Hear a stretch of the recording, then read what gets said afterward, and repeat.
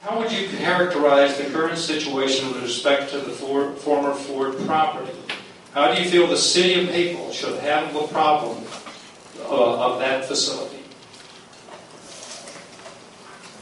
I'm assuming you're talking about the acquisition of the land of the 52 acres that the city of Atlanta recently acquired of that site. About a year ago, we began hearing rumblings that the city of Atlanta had an interest in acquiring a portion of the Ford redevelopment site.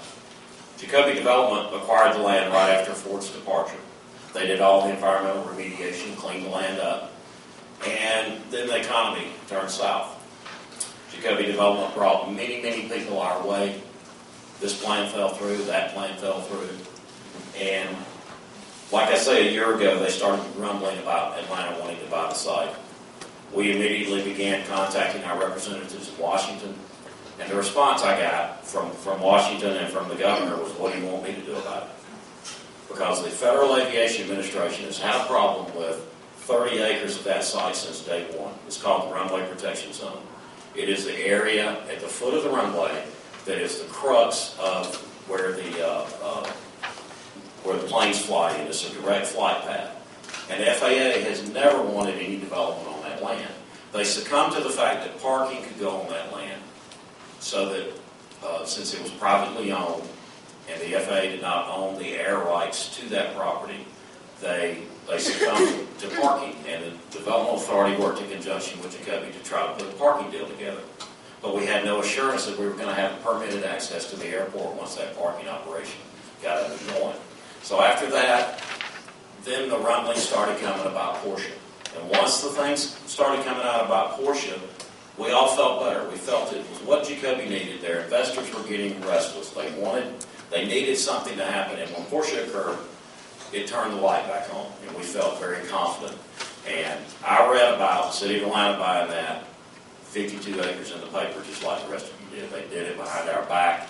And I am not at all happy with how it went down. The citizens of Hapeville were treated very wrong in that transaction.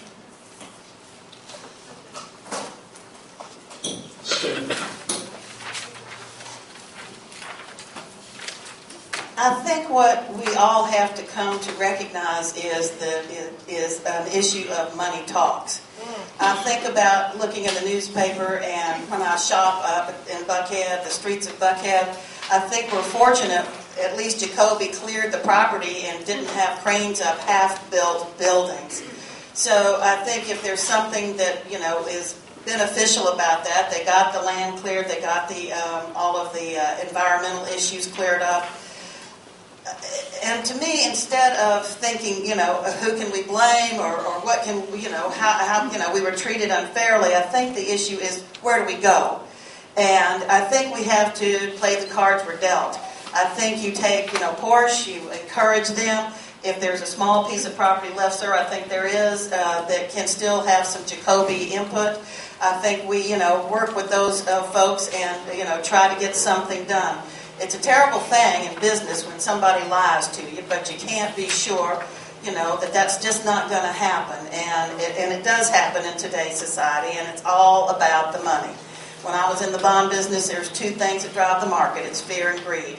And that is any market you talk about. So the thing in my mind to do is take what we have and do the best that we can with the cards that we're dealt, and hopefully that'll be enough to encourage other people in other places in our city.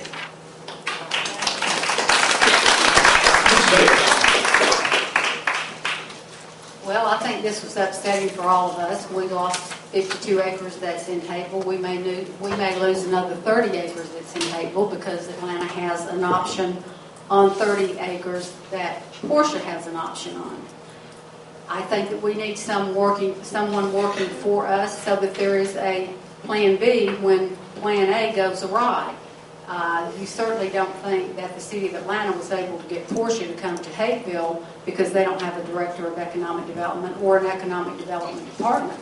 And the mayor's exactly right. There isn't much going on right now. That's why you need someone out there grabbing everything that may come along your way. My next concern is what is going to happen with all this property that Bill O'Brien owns. These two projects were supposed to be complementary.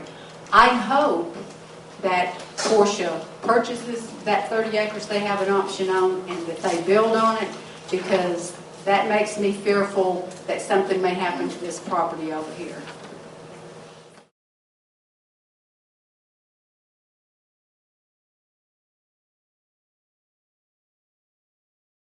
Well, I'll say it again. I know you'll all be sick of hearing it before the night's over. We need someone working with us in economic development. We need someone who is inclusive of all the neighborhoods. We all need to work together here, and this is something that I had not, that I failed to tell you in all this time that I'm talking about us having someone leading the economic development department. That is a position that can be funded from hotel, motel tax dollars. It will not have to come out of the general fund, which is where all of our tax dollars go that run the city on a day-to-day basis. Vote Susan Bailey, November 8th. For the final time, it's me tonight. I am not a professional politician. This is my first foray.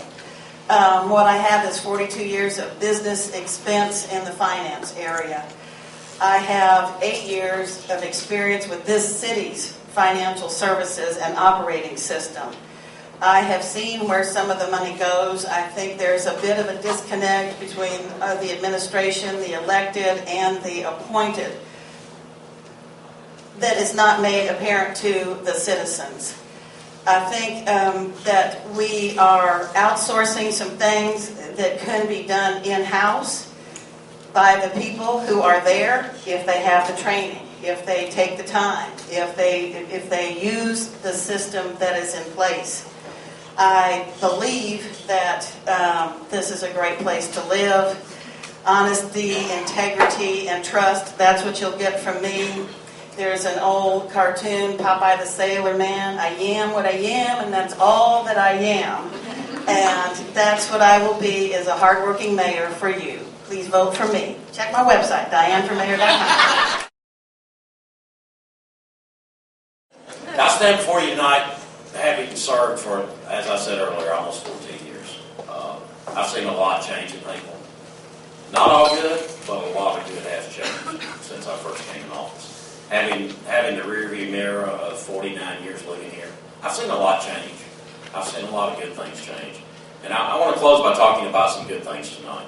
I want to talk about our beautification efforts. I want to talk about our streetscapes. I want to talk about our improved parks. I want to talk about the relocation of the Christ Church and the beautiful venue that is. I want to talk about the special events that so many people put so much time in to attract people into this community.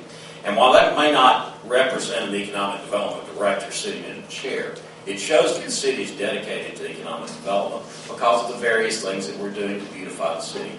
I heard a mayor in Savannah during the Georgia Municipal Association convention sit right next to me, and he said, "My council wants a clean city. I'm just not so sure we can afford that." And I thought, your priorities are wrong. Now, during this economic blighted time, it's not the time to turn the open sign off. It's not the time to abandon beautification efforts. It's not the time to abandon expansion. It's not the time to walk away from streetscapes. We're getting ready to receive $400,000 from the Department of Transportation to beautify the 75 corridors down there. DOT is not going to maintain them, so the city's taking it upon themselves to maintain them with DOT's money. We'll have ongoing costs involved in that maintenance. But again, we're sending a positive message. This is what the Atlanta Board of Realtors said to me the other day. Hapeville has an open sign, and we like what we see in Hapeville. I'm Alan Hallman. I would like your vote on November